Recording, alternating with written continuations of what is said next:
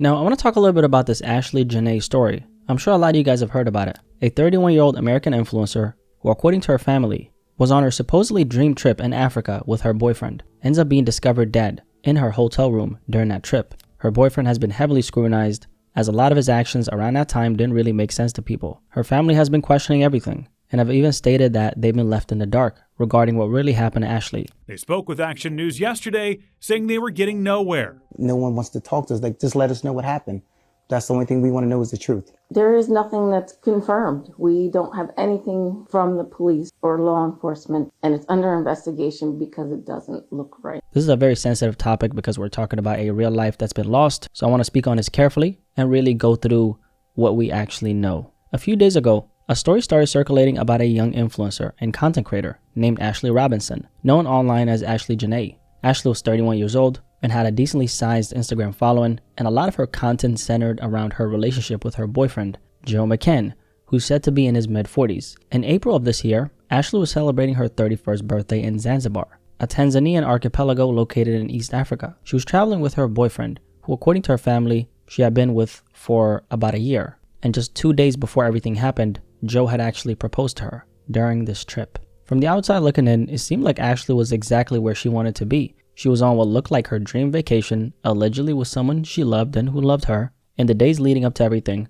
she was calling her mother and family on FaceTime, sharing the moment. And by all accounts, she seemed genuinely excited to step into this next chapter of her life. She was happy. This is what she wanted. She was starting the next chapter of her life. Her sister also said that Ashlee was happy and genuinely looking forward to the future, especially after recently celebrating her birthday and her engagement. Ashlee had even spoken to her sister shortly before she died, and according to her, everything seemed completely normal. Nothing out of the ordinary. The two of them were even talking about what they were going to do once Ashlee got back to the US. Her family echoed that same sentiment, saying she was in a good place mentally. She was so ready to take the next steps with who she thought was the love of her life, her mother said. She was so happy with the choices that she made and where she was in life. She was happy, she reiterated. And as the couple continued their vacation, everything, at least from the outside, seemed normal. Ashlee was documenting parts of the trip and posting about it on her Instagram. And what people saw was the two of them enjoying their time together, even capturing the moment Joe got down on one knee and proposed. However, the trip didn't stay a dream for very long. On April 8, just a few days into the vacation, and not long after Joe had proposed, Ashlee called her mother to tell her that she and her fiancé had gotten into an argument. And this wasn't just a small disagreement, by the way. The situation escalated to the point where hotel staff at the Zanzibar resort where they were staying had to step in and separate the two. Joe was then moved to a different villa within the resort, about an 8 to 10 minute walk away from where they had originally been staying together, while Ashlee remained in the original villa. And there's more context around what happened that night. According to ABC News, who cited information from local police, hotel staff had been alerted to what was described as a domestic disturbance, referred to as a romantic conflict between Ashlee and Joe, after other guests at the resort raised concerns. Despite these reports, what the argument was actually about has not been made public. What was clear, however, was that at that point, the two of them could no longer stay in the same room. And then just about 2 or 3 hours later, Ashlee's lifeless body would be discovered in the villa by the hotel staff. A room service attendant reportedly found Ashlee in the room and immediately alerted hotel management. She was initially rushed to a local hospital and then transferred to another facility before ultimately being declared dead on April 9. Now with Ashlee gone, there are obviously a lot of immediate questions that come to mind. What happened here? How does something like this even happen? Like, it doesn't even sound logical. And this is where things start to get even more complicated, because according to the authorities in Tanzania, the situation between the couple was described as a misunderstanding, and police ultimately stated that Ashlee's death was ruled as a suicide. And according to a hospital medical report, Ashlee had an unidentified mark around her neck. The report also stated that her fiancé, Joe, claimed he found her after she had hung herself on the door. So at this point, there are already some conflicting details being reported on this story. On one hand, some reports say that a hotel employee discovered her, but another account suggests that Joe was actually the one who returned to the room with security, and that's how she was found. And this particular version was reportedly confirmed by Ashlee's father, so clearly there are still a lot of unanswered questions surrounding what actually happened. Now the following day, Ashlee's mother, Yolanda, receives a phone call from Joe McKinn. I did receive a phone call from Joe. He was not really making sense, but he told me that Ashlee did something to herself and that she was being taken to the hospital, and that he told me that she was stable. And this is where things start to feel a little off, because it's important to note, by the time Joe made that call, it had already been around 11 hours since Ashlee had been found. I don't know about you, but that's a long time, especially if, according to one of the reports, he was actually there when she was discovered along with security. So naturally, the question becomes, what was happening during those 11 hours? And why was there such a delay in informing her family? If this is someone you're about to marry, wouldn't the first instinct to be to let her family know what just happened? This part of the story just doesn't really sit right with me personally. I don't know what you think. And it's one of those details that just makes you stop and think, what is going on here? Now, during that call with Ashlee's mother, Yolanda, Joe told her that Ashlee had done something to herself and that she was being taken to the hospital and that she was stable and was going to be okay. Ashlee's mother then asked Joe what actually happened. Obviously, she was in shock. And that's when Joe told her that this had happened 11 hours prior to him making that phone call. It's not entirely clear whether he fully clarified the condition Ashlee was in at that moment or if anything else was said during that call. Now, this is where things get even more confusing, because it was actually the hotel that informed Ashlee's family that she had passed away, not her soon-to-be husband. So Joe was actually beat by the hotel in delivering the information, which I think is very strange. Ashlee's death was later reported, according to ABC News, as cerebral hypoxia caused by strangulation and suffocation. The family also stated that they didn't have any immediate contact with Joe after that, which to them, of course, felt very strange and definitely is. And on top of that, they were very open about the fact that they weren't receiving much communication overall regarding what had happened to their daughter. And to them, it felt like they were being purposely shut out of the situation. Now, I don't know what that communication looks like at this exact moment, but at least initially that's what the family was saying. Although authorities initially told local media that her fiance Joe was not suspected of any wrongdoing, shortly after, reports came out that police in Zanzibar had actually confiscated his passport, meaning he currently cannot leave the country until the autopsy results are complete. And not only that, he was reportedly being questioned by police just days after her death. Now, obviously, the circumstances in which Ashlee died are very strange, so it's only right that the authorities take those kinds of precautions. But at the same time, it does raise a question. Why were they so quick to initially say that he wasn't a suspect? Because situations like this usually take time. Investigations like this don't get figured out overnight. So to come out that early with that kind of statement, it almost feels like they had already made up their mind.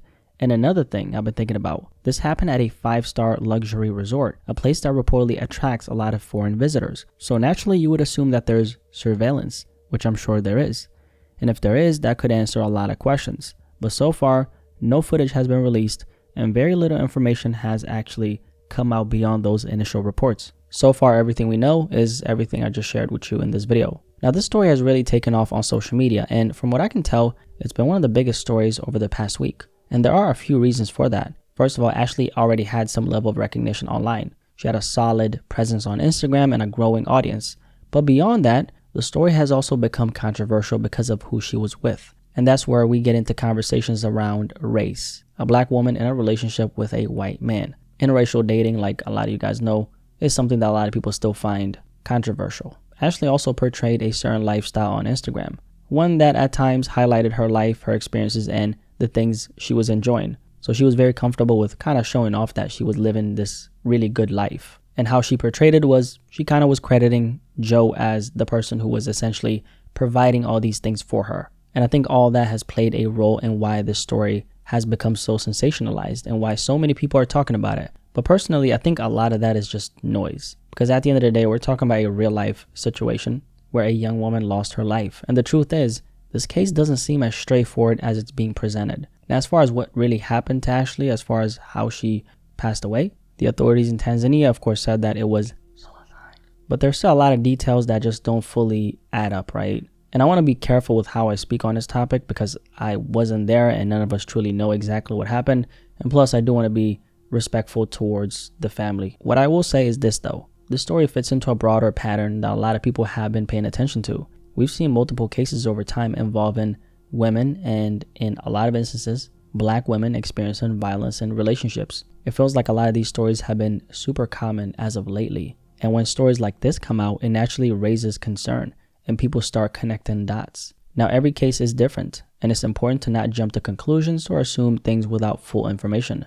But at the same time, these conversations aren't coming from nowhere. There's a reason why people are paying attention to a lot of these things more than ever now. And I think that's a big reason why this story has resonated with people the way it has. I also think this situation raises a lot of questions, especially when it comes to being cautious about what we see on social media. Because for a lot of young women who followed Ashlee, what they were seeing was someone who appeared happy, fulfilled. And again, I want to be very respectful here, but if in this scenario she did, can't say it too many times, you get what I'm saying? Then that would suggest that what we see online doesn't always reflect what someone is truly going through behind the scenes. I always just in general say that you never know what kind of relationship people have, especially if they're always posting about it online. And I feel like a lot of this stuff is common sense, but it feels like people still don't understand this. And on the other hand, if there's more to this situation than what's being officially stated, then that of course raises a completely different set of concerns, particularly when it comes to Joe McCann, someone who from the outside appeared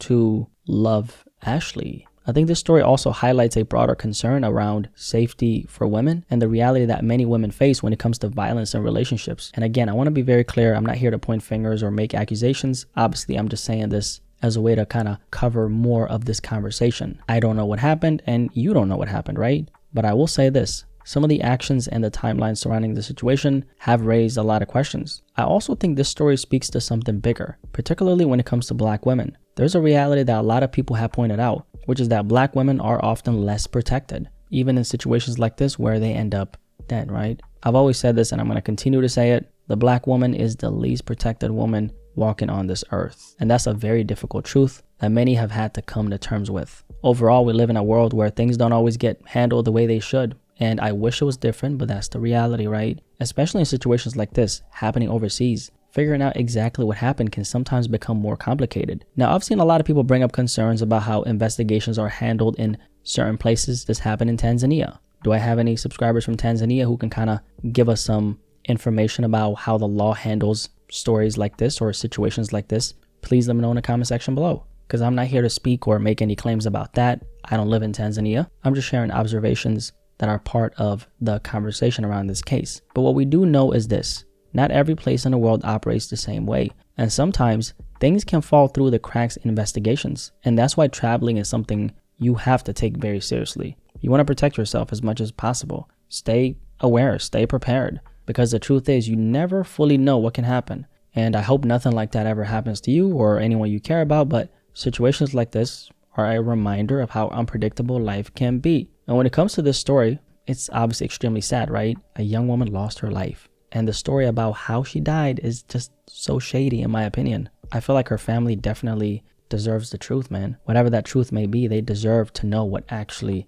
happened. Anyway, if you made it this far, drop a like on this video and subscribe if you're new here. My name is Blacky Speaks. Nice to meet you. I feel like this story doesn't really add up. That's just my opinion, but I'm curious what you guys think. So y'all let me know in the comment section below, and I'll catch you guys on the next video, man. Peace, I'm out. And of course, rest in peace to Ashlee.